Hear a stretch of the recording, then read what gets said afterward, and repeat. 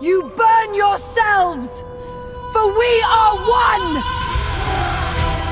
Kill her! She'll curse us all!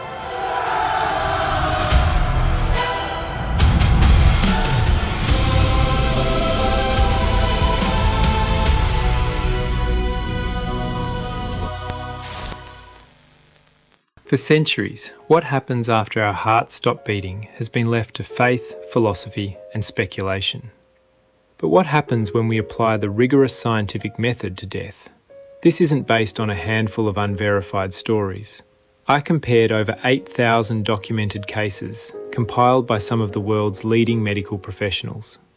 From the AWARE study at NYU Langone Health to decades of peer-reviewed psychiatric research at the University of Virginia. When radiation oncologists, critical care physicians and psychiatrists systematically track clinical flatlines, an impossible pattern emerges.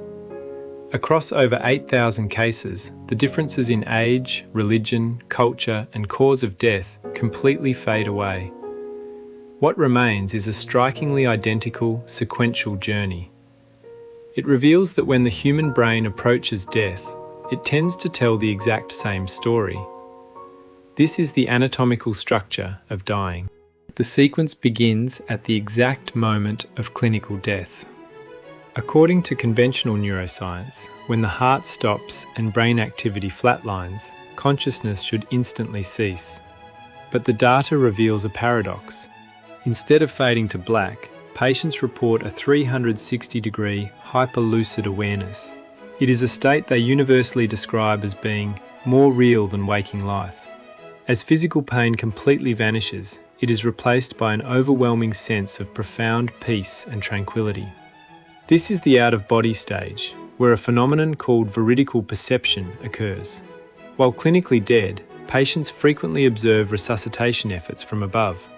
In hundreds of documented cases, these patients later accurately describe specific, verifiable events, medical tools used, or conversations that happened in completely different rooms. Information they could not have possibly known. Once detached from the physical body, survivors universally report an overwhelming sense of ineffability.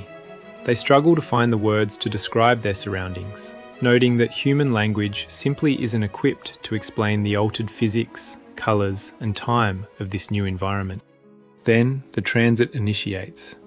A rapid sensation of movement begins through a dark void, a tunnel, or a passageway. This transit is almost always accompanied by a distinct, unearthly auditory frequency, often described as a deep hum, a rushing noise, or a ringing that vibrates through their consciousness. As they move through this space, they are rarely alone. Patients frequently report encountering the spiritual bodies of deceased relatives, friends, or unknown radiant entities who act as guides, arriving specifically to calm them and ease their transition into the unknown. At the end of this transit, the darkness breaks. The most profound and universally shared element of the near-death experience is the encounter with a brilliant, radiant light. This is not just an environmental glow. It is universally described as a sentient being of immense, unconditional love and acceptance. There is no harsh judgment here. In the presence of this light, individuals experience the life review. It is a panoramic, instantaneous playback of every moment they ever lived. But there is a catch. They do not merely watch their life, they experience it through a mirror of absolute empathy.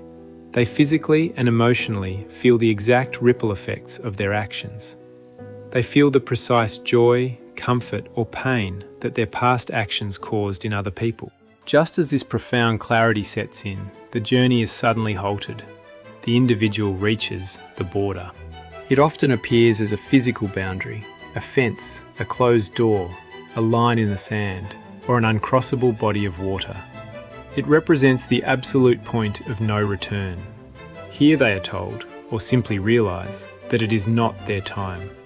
They have unfulfilled earthly duties. Because of the overwhelming euphoria of the other side, returning to a physical body is met with intense reluctance. The reintegration into the physical form is violently jarring. They are pulled back into the heavy, painful reality of the hospital bed. But the phenomenon does not end when the patient opens their eyes. The long-term aftermath of a near-death experience is just as uniform as the visions themselves. Returning is often incredibly difficult, leading to what researchers call reintegration trauma. Many survivors experience severe depression and a profound homesickness for the other side. It often takes years to adapt their new, highly empathetic values to a society focused on material success, ambitions they now view as entirely meaningless. Strangely, the data also notes distinct physiological shifts. Returnees frequently report new, heightened sensitivities to bright lights and loud sounds. Many develop strange electromagnetic anomalies, constantly shorting out wristwatches, computers, or light bulbs when they experience high emotion. Perhaps the most powerful aftershock is this. Across thousands of cases, the fear of death itself completely and permanently vanishes.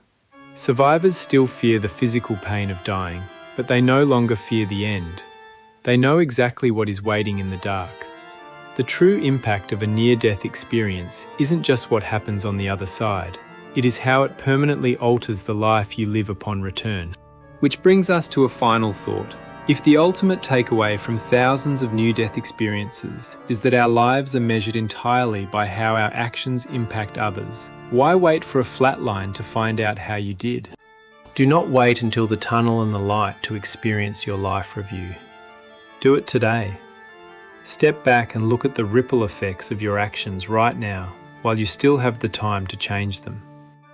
Absolute empathy does not require a cardiac arrest, and shifting your values does not require a hospital bed. You have the power to make those necessary changes immediately.